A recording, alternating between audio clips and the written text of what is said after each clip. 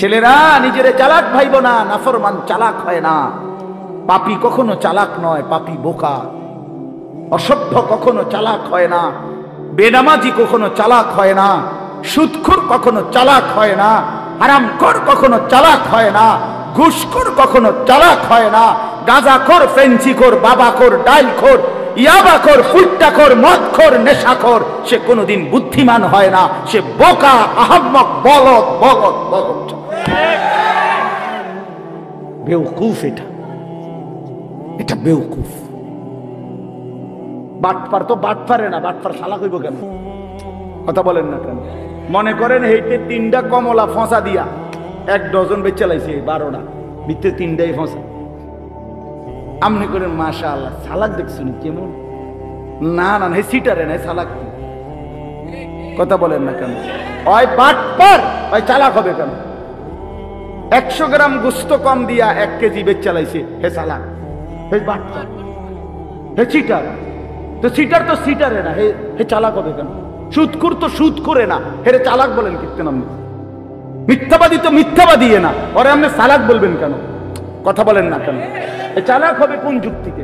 পৃথিবীর কোন অভিধানে লিখছে, কোন ডিকশনারিতে লিখছে? আমি কুমিল্লা ভিক্টোরিয়া কলেজ থেকে মাস্টার্স পাস করছি, আপনি কোন বইয়ের নাম কোন ডিকশনারিতে লিখছে চালাক তাহাকে বলে যে মিছা কথা সুন্দর করে বলতে পারে? হ্যাঁ, এটা কোথায় আছে? যে মানুষকে ধোঁকা দেয়, প্রতারণা করে, তাহাকে চালাক বলে, এটা কোন কিতাবে লিখছে? আর কিতাব থুন আপনি, বই কোন বই? কোনটাত লিখছে ভাইয়া? পৃথিবীর কোথাও নেই। ধোঁকাবাজ ধোঁকাবাজি, প্রতারক প্রতারকই, নাফরমান নাফরমানি, এটাই তার পরিচয়, এটাই তার পরিচয়। আল্লাহ নবী সাল্লাল্লাহু আলাইহি সাল্লাম বলেন, আল কাইয়িসু মান দানা নাফসাহু ওয়া আমিলা লিমা বা'দাল মাউত। এটাই আমি পড়ছিলাম হাদিস। নবীজি বলেন, বুদ্ধিমান চালাক সে। আল কাইয়িস, সৌদি আরব থাকেন বা থাকছেন এমন আছেন নি কেউ? হাত উঠান। প্রবাসী প্রবাসী, এই যে আরব দেশে, গালফে ছিলেন বা আরবে, এই ওইখানে আপনার কোয়াইস কয়, কোয়াইস কোয়াইস, এই কোয়াইস মানে কাইয়িস, চালাক চালাক বেডা বুদ্ধিমান। কোয়াইস, এক কোয়াইস মানে এটা গ্যারান্না আরবি কয় আর কি, মানে আল কাইয়িস অর্থ হলো বুদ্ধিমান চালাক। আল্লাহ নবী বলেন, আল কাইয়িস বুদ্ধিমান সে, চালাক সে, মান দানা নাফসাহু যে তার নিজের হিসাব রাখে, ও আমিলা লিমা বা'দাল মাউত এবং মৃত্যু পরবর্তীর জন্য আমল করে। এজন্য বাপ, রাত গভীরে আমি আর দেরি করতে চাই না। আমার উদ্দেশ্য এই কথাটা বোঝানো, মৃত্যুকে যে বোঝে, মৃত্যুর ফিকির যে করে, আখেরাতকে যে চেনে, কবরকে যে চেনে, আখেরাতের জিন্দেগি যে বুঝে, আল্লাহর কসম সে বুদ্ধিমান। বুদ্ধিমান। দুনিয়া আমার, আখেরাতও আমার, দুইটাকে যে সামলাইয়া নেয় সেই চালাক। আপনি বাজারও করেন, আপনি নামাজও পড়েন, অসুবিধা কি? আপনি সংসারও করেন, হালালও রোজগার করেন, অসুবিধা কি? ইসলাম তো, ইসলাম মানা মানে তো বউ ছেড়ে দেওয়া নাকি? ইসলাম মানা তো সন্তানাদি ছেড়ে দেওয়া নাকি? আল্লাহকে মানা মানে তো বাজার ব্যবসা লেনদেন সব বন্ধ করিয়া আফ্রিকার জঙ্গলে গিয়া বসে যাওয়া নাকি? তো কি, কোনটা বলতে মানা করছে? শুধু আল্লাহকে ভুলতে নিষেধ করছে, আল্লাহর হুকুম ভুলতে নিষেধ করছে, আখেরাত ভুলতে নিষেধ করছে। আল্লাহ বলছে, বান্দা দুনিয়া নেও, দুনিয়া কামাই করতে হালাল পন্থায় কেউ যদি অজস্র কোটি টাকারও মালিক হয়, এটা তো দোষের না, দোষের না। হারাম টাকার 10 টাকাও তো ক্ষতি করে। হযরত আব্দুর রহমান ইবনে আউফ একজন সাহাবী ছিলেন, বেহেশতের সুসংবাদ প্রাপ্ত 10 জনের একজন, আশারায়ে মুবাশশারা যাদেরকে বলে, এর মধ্যে উনি একজন। আব্দুর রহমান ইবনে আউফ রাদিয়াল্লাহু তাআলা আনহু, উনি এত বড় ব্যবসায়ী ছিলেন মদিনার। কিতাবে আছে ওনার এক এক দিন ব্যবসার মাল মদিনার বাজারে চালান আসতো পাইকারি 100 উট বোঝাই মাল। একদিনে, এক এক দিনে মাল আইতো 100 উট বোঝাই মাল মদিনার বাজারে ওনার গুদামে নামতো। উনি কত বড় ব্যবসায়ী ছিলেন সেই জামানায়, আজ থেকে 1500 বছর আগে। তো কি হয়েছে এতে? হালাল তো হালালই, হারাম থেকে বাঁচা। এই জন্য মৃত্যুকে মনে রাখা, আখেরাতকে মনে রাখা, কবরকে মনে রাখা, কিয়ামতকে মনে রাখা, হাসরের মাঠকে মনে রাখা, এটাই আমাদের জিন্দেগির পুঁজি। আর এই কোরআনুল কারীমের মধ্যে আল্লাহ তাআলা এটাই বারবার বারবার মনে করায় দিয়েছে। আল্লাহ বলছে, বান্দা যাই করো শুধু এদ্দুর মনে রাখো, এটা থাকবে না, এটা থাকবে। দুনিয়া যতই সাজাও বান্দা মনে রাখো, তুমিও থাকতা না, দুনিয়াও থাকতো না। তুমিও যেমন মৃত্যু হবে, এই কায়নাতেরও মৃত্যু হবে। এই দুনিয়ার প্রত্যেক মানুষের মৃত্যু হলে সেটারে মৌত বলে, আর একদিন গোটা সৃষ্টি জগতের মৃত্যু হবে, সেটারে কিয়ামত বলে, সেটারে কিয়ামত বলে। কেউ থাকবে না, আল্লাহ কথাটা বারবার মনে করাইছে। তোমার যেমন মৃত্যু হবে, সৃষ্টি জগতেরও মৃত্যু হবে। ইজা সামাউন ফাতারাত ওয়া ইদাল কাওয়াকিবু ইনতাসারাত। আল্লাহ বলেন ইজা শামসু কুফিরাত। আল্লাহ তাআলা এভাবে বারবার বলছেন ইজা সামাউন শাক্কাত, আসমান ভেঙে যাবে, চূর্ণ বিচূর্ণ হয়ে যাবে, তারকারাজি খসে খসে পড়বে, সূর্য চন্দ্র আলোহীন হয়ে পড়বে। আল্লাহ তাআলা বলেন ইদা রাজ্জাতিল আরদু রাজ্জা, জমিন পাউডারের মতো রেজা রেজা পাউডার হয়ে যাবে। আল্লাহ তাআলা বলছে পাহাড়গুলো তুলার মতো ধুলির মতো উঠতে থাকবে। আল্লাহ বলছে, বান্দা একদিন আমি গোটা কায়নাত আমি শেষ করে দেব, আমার সংসার আমি গুছায় ফেলবো, আমার এই কায়নাত আমি আল্লাহ তাআলা ইসরাফিলের সিঙ্গার ফু দিলে আমি আল্লাহ তাআলা গুটিয়ে ফেলবো। এই কথাটাই আপনাদের সামনে এখানে আমি শুনাইতে চাই, এই অল্প একটু শুনে। আল্লাহ তাআলা এখানে এই কথাটাই তুলে ধরছেন কোরআনের বহু সূরায়, যে বান্দা এই সৃষ্টি জগৎ একদিন থাকবে না, কিয়ামত হবে, একদিন ইসরাফিল ফু দিবে। ইসরাফিল যেদিন ফু দিবে, কোরআনে এই বর্ণনাটা দুই ভাবে আছে। একটা হলো ইসরাফিল প্রথমবার ফু দিবে, আরেকটা হলো ইসরাফিল দ্বিতীয়বার ফু দিবে। ইসরাফিল মোট দুইবার ফু দিবে। প্রথমবার ফু দিলে জমিনের মধ্যে ভূমিকম্প শুরু হবে।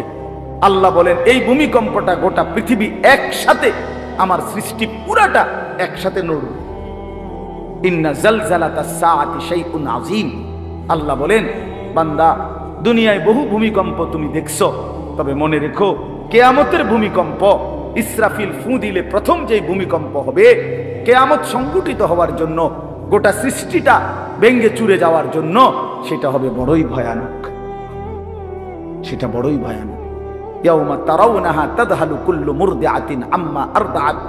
কোরআন শরীফে আছে, এই প্রথম ভূমিকম্প যখন শুরু হবে জমিনে, ইসরাফিলের ফু শুরু হবে, সব কিছু যখন ভাঙতে শুরু করবে, আল্লাহ তাআলা বলেন যে মা তার দুধের বাচ্চা কোলে দুধ খাওয়াচ্ছিল, ওই মা সন্তানকে ছুঁড়ে ফেলে দিয়ে পাগলের মতো ছুটতে থাকে।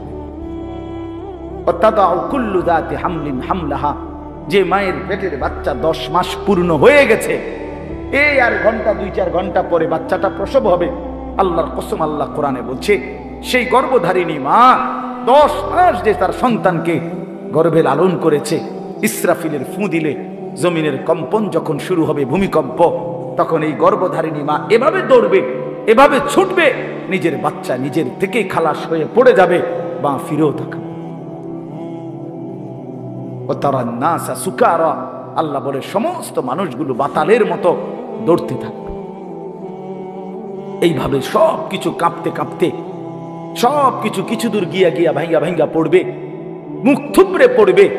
তো আল্লাহ রাসূল সাল্লাল্লাহু আলাইহি সাল্লাম বলেন, সমস্ত কিছু এই সৃষ্টি জগতের যা আছে আল্লাহ ব্যতীত সব কিছুই প্রথম ফুঁয়ের পরে কাঁপতে কাঁপতে ভূমিকম্পের মতো হয়ে জমিনের তলদেশে চলে যায়। মাটির উপরে তখন একটি সুতা আর থাকবে, আর কিছুই। এই হলো কিয়ামত, প্রথম ফু, প্রথম ভূমিকম্প। নির্দিষ্ট একটা সময় পরে আবার আল্লাহ তাআলা ইসরাফিলকে জীবিত করে আবার বলবেন আরেকটা ফু দাও, একটি নির্দিষ্ট সময় পরে। সেই সময়টা কতদিন? হাদিসের একটি বর্ণনা থেকে, নবীজির একটা বর্ণনা থেকে মুহাদ্দিসিনে কেরাম বলছে, এই দ্বিতীয় ফু আর প্রথম ফুর মাঝখানে, প্রথম ফুতে সব কিছু যখন কবরে চলে যাবে, তখন হতে পারে দ্বিতীয় ফু দিতে দিতে মাঝখানের সময় 40,000 বছর। আমার বন্ধু, আমার বাপ, আমার ভাই, রাত হইছে, কষ্ট সবাই করতেছেন, এতটুকু তো ভাবেন, সর্বশেষ যেই লোকটা কবরে যাবে, শেষ হতে পারে তাকে কবরেই থাকতে হবে 40,000 বছর। তো এখন যারা মরছে, এখন যারা মরতেছে, তারা কবরে আছে আজকে কত বছর। নবীজি সাল্লাল্লাহু আলাইহি সাল্লামের জামানায় যারা মারা গেছে তারা আজকে কতদিন কবর। ওই নূহ আলাইহিস সালামের জামানায় যারা মারা গেছে তারা আজকে কতদিন। ভেবে দেখেন। আচ্ছা, এই শেষ লোকটাই যদি 40,000 বছর থাকতে হয়, আর যদি কবরের আযাব হয়, তার কি পরিমাণ কষ্ট পাবে সে, কি পরিমাণ কষ্ট পাবে। আল্লাহ রাসূল সাল্লাল্লাহু আলাইহি সাল্লাম বলেন, কবরের প্রথম শাস্তিটা কি?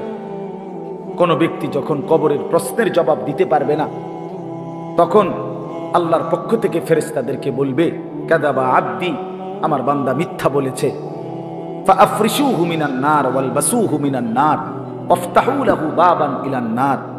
আল্লাহ বলবে ফেরেশতাদেরকে, ফেরেশতারা আমার এই নাফরমান বান্দার কবরের মধ্যে জাহান্নামের বিছানা বিছিয়ে দাও, আগুনের পোশাক পরিয়ে দাও, আর জাহান্নাম বরাবর তার জন্য একটা দরজা খুলে দাও। এরপরে নবীজি বলছেন, ফেরেশতারা এই ব্যবস্থাপনা করে, আল্লাহর কসম বাফ, নবীজি বলছেন ফেরেশতারা যখন চলে যাবে, এই আগুনের বিছানা বিছাইয়া, আগুনের পোশাক পরাইয়া, আর জাহান্নামের দরজা খুলে দিয়ে যখন কবরে রেখে এই নাফরমানকে রেখে যাবে, তখন আল্লাহ নবী সাল্লাল্লাহু আলাইহি সাল্লাম বলেন, প্রথম মুহূর্তেই ফেরেশতা চলে যাওয়ার সাথে সাথে মাটি ডান দিক থেকে এই নাফরমানকে একটা চাপ দিবে, বাম দিকে ডান পাশের হাড্ডি পাঁজর ভাঙ্গা বাম দিকে চলে যাবে। বাম দিকের মাটি ডান দিকে চাপ দিবে, তো বাম দিকের হাড্ডি পাঁজর ভাঙ্গা ডান দিকে চলে আসবে। আল্লাহ আমাকে মাফ করে দেন। আল্লাহুম্মা ইন্নী আউযু বিকা মিন যালিক। নবী সাল্লাল্লাহু আলাইহি সাল্লাম 5 ওয়াক্ত নামাজের পরে, আল্লাহর কসম বন্ধু, প্রতিদিন 5 ওয়াক্ত নামাজের পরে নবীজি কবরের আযাব থেকে পানাহ চাইতেন। প্রতিদিন। হযরত উসমান রাদিয়াল্লাহু তাআলা আনহু কবরের সামনে দাঁড়াইলে এই পরিমাণ কাঁদতেন, হাত্তা ইয়াবুল্লা লিহিয়াতাহু। হাদিসে আছে, কিতাবে, যে তার দাড়িগুলো ভিজে ভিজে যাইত,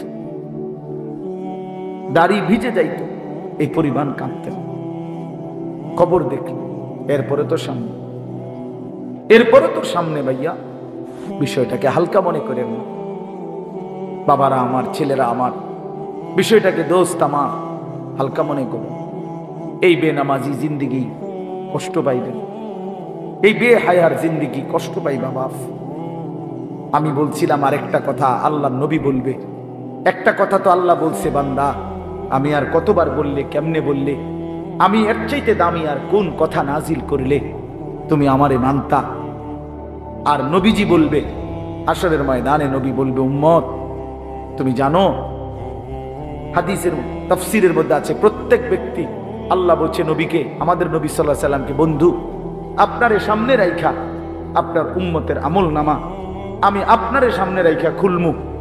নবী সাল্লাল্লাহু আলাইহি ওয়াসাল্লাম যখন উম্মতের আমল নামা খুলে দেখবে, খোদার 365 দিনে কোনো দিন ফজরের নামাজের সেজদা নাই, 30 বছর সুদের ব্যবসা করছে, 50 বছর মিথ্যাই বলে গেছে, হারাম রোজগারি করেছে, 30 বছর যাবত মহিলাটা কোনো পর্দা করে নাই, ঘরের মধ্যে কোনো দিন শরীয়ত বলতে কিছু নাই। আল্লাহর নবী সাল্লাল্লাহু আলাইহি সাল্লাম তখন বলবে, উম্মত তুমি জানো আমি 23টা বছর অনবরত তোমার জন্য কেঁদেছিলাম। আমি সেই নবী, যে নবী সারা রাত এশার নামাজের পরে দাঁড়াইছি, ফজরের আজান পর্যন্ত এক দাঁড়ানোতে চোখের পানি ফেলে উম্মতের জন্য দোয়া করছিলাম।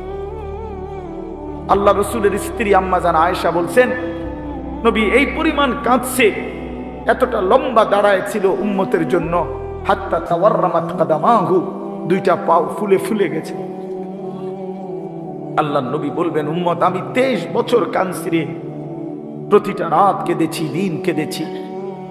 আমি এই পরিমাণ, পিঠটা খুলে দেখাবে চাদর সরিয়ে, আমার উম্মত আমার পিঠটা দেখো, তায়েফের পাথরের আঘাতে আমার পিঠ কি পরিমাণ ছিদ্র ছিদ্র হয়ে গেছে। আমি সেই নবী, যে নবী তোদের জন্য পেটে ক্ষুধার কষ্টে পাথর ভাঙছিলাম 2টা। আমি উহুদের ময়দানে দান দান শহীদ করে রক্ত মাখা শরীর নিয়ে বেহুশ হয়ে লম্বা সময় পড়েছিলাম। আমার ঘরের চুলায় 3 মাস, হাদিসে আছে আম্মাজান আয়েশা বলছেন নবীজির ঘরে আমরা 9 জন বিবি, উনি বলছে আল্লাহর কসম 3 মাস কোনদিন, টানা 3 মাসে কোনদিন আমাদের ঘরের চুলায় 9 জন বিবির ঘরে কারো ঘরের চুলায় কোনদিন আগুন জ্বলে না। 3 মাস খেজুর আর পানি দিয়ে আমরা জিন্দেগি কাটাইছি। আল্লাহর নবী বলবেন উম্মত তাহলে এত কাঁদলাম কার জন্য, এত রক্ত ঝরাইলাম কার জন্য, পেটে পাথর বাঁধলাম কার জন্য, বিনিময়ে এটা কি আমল নামা নিয়ে আসছো? ছেলেরা বলো ভাই, একটা ছেলে বলো রাসূলুল্লাহ সাল্লাল্লাহু আলাইহি ওয়াসাল্লামের সুপারিশটা একটা মামুলি ব্যাপার।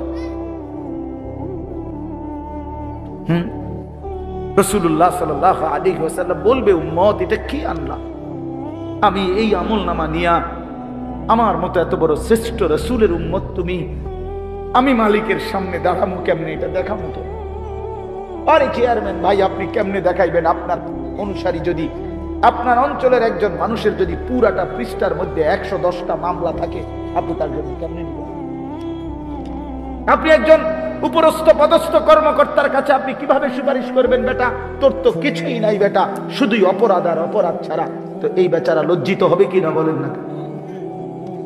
তো নবী সাল্লাল্লাহু আলাইহি সাল্লাম বলবেন উম্মত তুই আমার মতো শ্রেষ্ঠতম রাসূলের মাথাটা ছোট করে ফেললি, তুই তো আমার উম্মত, তুই এটা কি আনলাম? আমি কেমনে দেখাবো এটা আমার মালিকের সামনে যে রব্বুল আলামিন এটা আমার উম্মতের আমল নামা?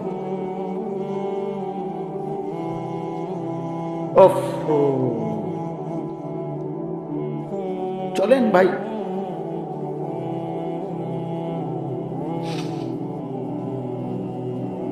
এই জন্য দোস্ত আমার, বন্ধু আমার, আমি দিবানিশি এই চিৎকার চেঁচামেচি করি, এই আহাজারি আমার অনেক দিনের। মুসলমানের সন্তান ফিরবে, নওজওয়ানরা ফিরবে, মুসলমানের যুব সমাজ নামাজ পড়বে, আল্লাহরে চিনবে, এটাই আমার স্বপ্ন, এ আমার দিলের তামান্না। কারো প্রতি আলহামদুলিল্লাহ এখন আর দিলে শত্রুতা রাখি না, কারো বিরোধিতা, কারো প্রতি হিংসা করার কোনো সময়ও নাই, বিশ্বাস করেন একদম সময় নেই, সময়ই তো না। আমি জুমার নামাজ পড়াইছি ঢাকা মোহাম্মদপুর আদাবর, আমার জুমা, ওইখান থেকে আমি জুমার পরে রওনা দিয়া মাগরিবের পরে রোয়াচালা বয়ান করছি, এশার একটু পরে ওই মুসাগারা বয়ান করছি, এরপরে এখানে এসে বয়ানে করছি, শুধু অজু করছি, শুধু অজু, শুধু সময় বাঁচানোর জন্য মসজিদের খানাটা খাই নাই, হোটেলে, পথের একটা হোটেলে মদনপুর পার হয়ে আইসা অল্প কয়টা ভাত খাইছি। এটা বলার উদ্দেশ্য হলো কেরামতি বুজুর্গি বুঝানো না, আল্লাহর কসম বুঝানো হইল এই কথার ফিকির যে কাউরে প্রতিপক্ষ ভাববার কোনো দরকার নেই, কোনো দরকার নেই। আল্লাহ আমাদের সবাইকে বুঝ দান করেন। প্রতিটা ছেলের প্রতি আমার অনুরোধ, বাবা তুমি নষ্ট হইও না, তুমি বরবাদ হইও না। এক বন্ধুর খপ্পরে পইরা, একটা সামান্য মোবাইলের খপ্পরে পইরা, একটা দুষ্ট নারীর খপ্পরে পড়ে, মেয়ের খপ্পরে পড়ে চরিত্রহীন হইও না, চরিত্রহীন। আল্লাহ তাআলা মানুষকে যেই চাহিদা দিছে সেটা পূরণের বৈধ ব্যবস্থাও দিছে। মানুষকে আল্লাহ তাআলা তৃষ্ণা দিয়েছেন, তো তৃষ্ণা নিবারণের জন্য পবিত্র হালাল পানীয় আল্লাহ তাআলা দিয়েছেন। মানুষকে আল্লাহ তাআলা ক্ষুধার চাহিদা দিয়েছেন, তো হালাল খাবারও আল্লাহ তাআলা দিয়েছেন। তো মানুষের লজ্জাস্থানের যেই চাহিদা, শাহওয়াত, যৌন চাহিদা, এটা আল্লাহ তাআলা দিয়েছেন, তো এটা পূরণের জন্য হালাল স্ত্রী আল্লাহ প্রত্যেক পুরুষের জন্য ব্যবস্থাও রেখেছেন। কেন নষ্ট হইবা? চরিত্রহীন হইবা কেন? উলঙ্গ ছবি আর নর্তকীর পিছনে জীবন শেষ করে দিবা কেন? কি দুঃখে বন্ধু নষ্ট হইলাম বলো? অনেক ছেলে তো এখানে বসছো মাশাআল্লাহ, কিন্তু অনেক ছেলের চেহারা দেখলেই বোঝা যায় ভাইয়া নামাজ পড়ো, চেহারায় সেজদার চিহ্ন নাই। দোস্ত আমার, চিহ্ন নাই। আল্লাহ আমাদেরকে মাফ করে দেন। তো আল্লাহ তাআলা বলেন ইসরাফিলকে আল্লাহ দ্বিতীয়বার উঠাবে, উঠাইয়া বলবে ইসরাফিল আবার ফু দাও। এই আবার ফু দিলে এবার আবার জমিন কাঁপতে শুরু করলো দ্বিতীয়বার। তো প্রথমবার ফু দেওয়াতে জমিন কাঁপতে কাঁপতে সব কিছু কই গেছিল? নিচে, মাটির নিচে। মাটির উপরটা কি খালি, ফাঁকা না? এইবার দ্বিতীয়বার যখন ইসরাফিল ফু দিবে, মাটি কাঁপতে কাঁপতে ভূমিকম্প শুরু হলে এবার জমিনের সমস্ত কিছু ভিতরে যেগুলো ছিল সব কিছু জমিনের উপরে উঠে আসবে একেবারে একটা সুতা সব। গরু, ছাগল, মানুষ, জিন, স্বর্ণ, রৌপ্য, হীরা, মণি, মুক্তা, জহরত, সব সব সব। শুধু মানুষ না, একেবারে সব কিছু। একেবারে আদম আলাইহিস সালামের জামানা থেকে ইসরাফিলের ফু পর্যন্ত যত কিছু মাটির তলে গেছে সব মাটির উপর উঠে আসবে। ইদা জুলজিলাতিল আরদু জিলজালাহা, আল্লাহ তাআলা বলেন এই দ্বিতীয়বারের ভূমিকম্প জমিনে যখন হবে, ওয়া আখরাজাতিল আরদু আসকালাহা, জমিন তার তলদেশ থেকে তার ভেতরে যা কিছু বোঝা জমিনের মধ্যে ছিল সব কিছু সে জমিনের উপরে তুলে দিবে। তুলে দিলে তখন তাফসীরের মধ্যে আছে এই যে স্বর্ণ, রৌপ্য, মণি, মুক্তা, টাকা পয়সা, হীরা, জহরত, অর্থ সম্পদ, এগুলোর স্তূপ থাকবে।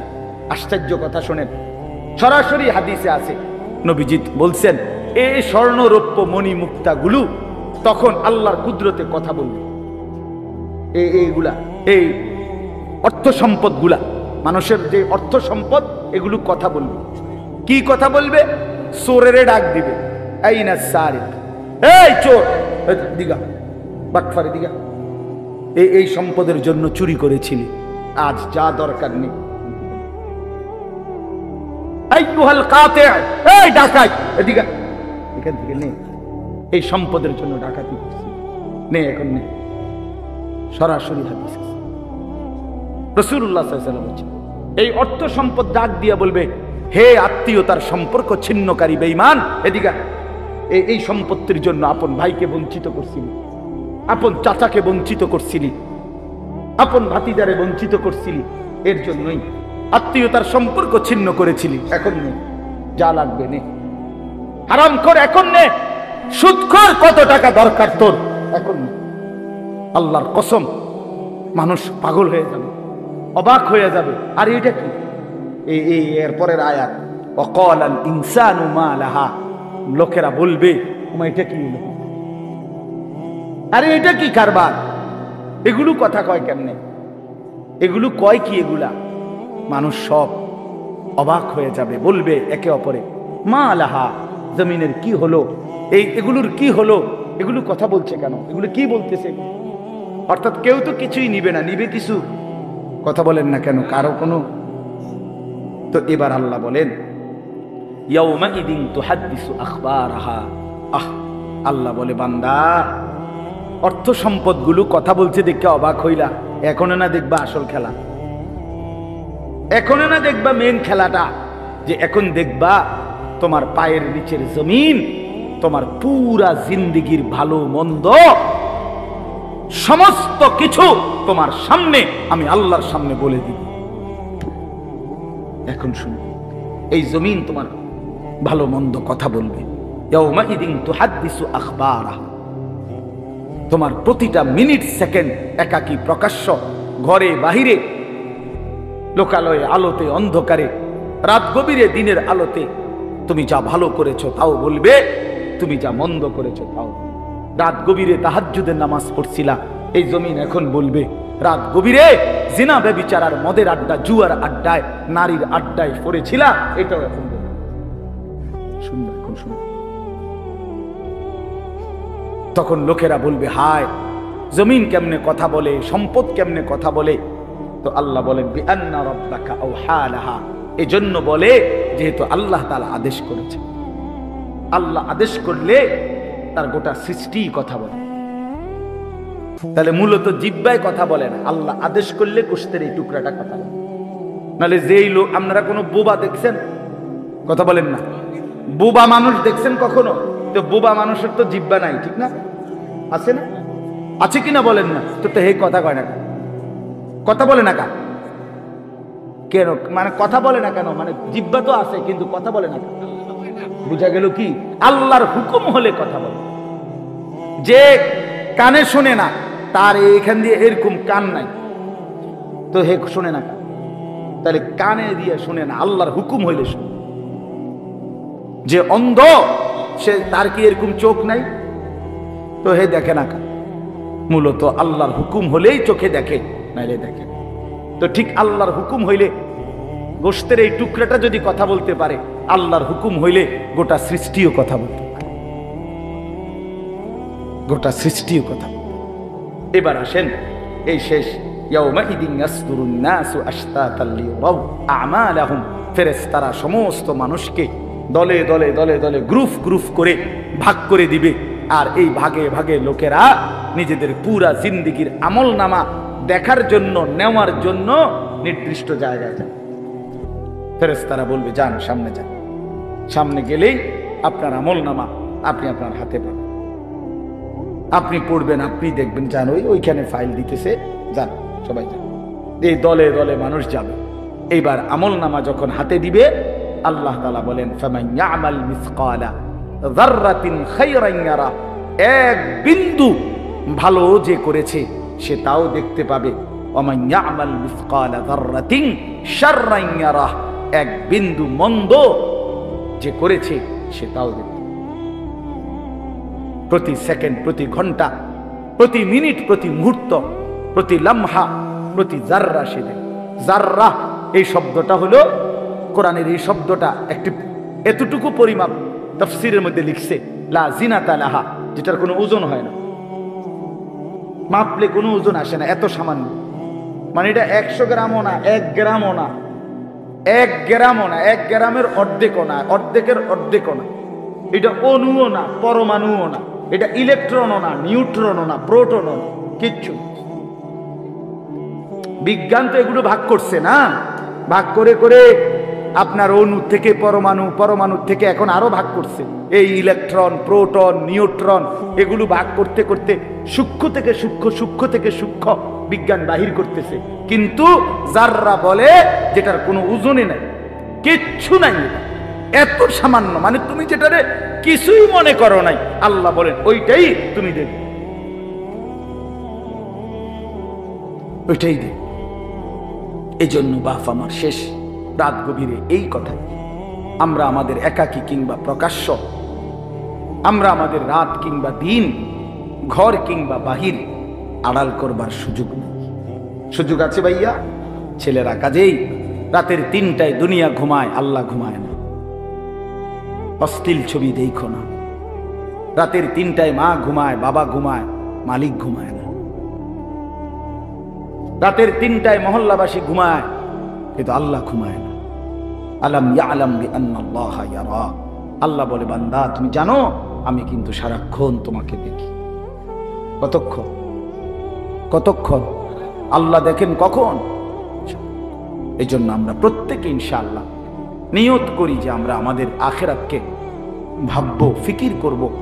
আখিরাতের আশায় গুনাহ ছেড়ে দেন, আল্লাহর নাফরমানি ছেড়ে দেন, হালাল পথে জিন্দেগি চালান।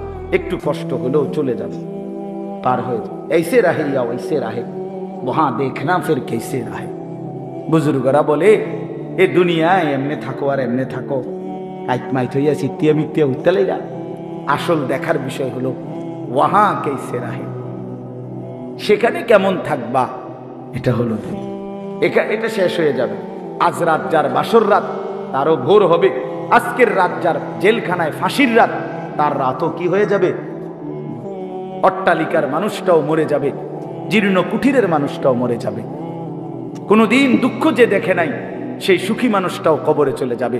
কোনোদিন সুখ যে দেখে নাই সেও মরে যাবে। আমিও না, আপনিও না, বাবাও না, সন্তানও না, মাও না, কেউ না, কেউ থাকবে না, কেউ না, কেউ না। আজকে আমরা কবরবাসীদের স্মরণ করে দোয়া করি, এই আগামী 20 বছর 30 বছরের মাথায় আমাদেরকে স্মরণ করে, আমাদেরকে কবরবাসী মনে করে, আমাদের পরবর্তীরা মনে করে। এই না জিন্দিগি? কথা বলেন না, এই না জিন্দিগি?